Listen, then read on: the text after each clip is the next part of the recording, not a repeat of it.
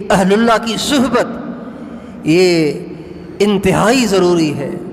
حضرت مولانا اشرف علی تھانوی رحمۃ اللہ علیہ فرماتے ہیں میرے نزدیک اس زمانے میں صحبت اہل اللہ فرض عین ہے۔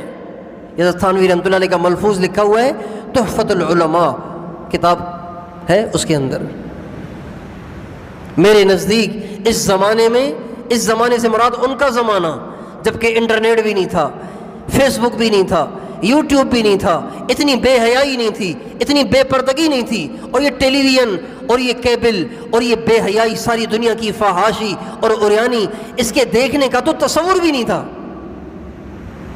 ایسے میوزک کا عام ہونا اس زمانے میں تصور بھی نہیں تھا۔ اتنا میوزک عام ہو گیا ہے کہ اب تو میوزک کا برا ہونا بھی دیندار طبقے کے دماغ سے بھی نکل گیا ہے۔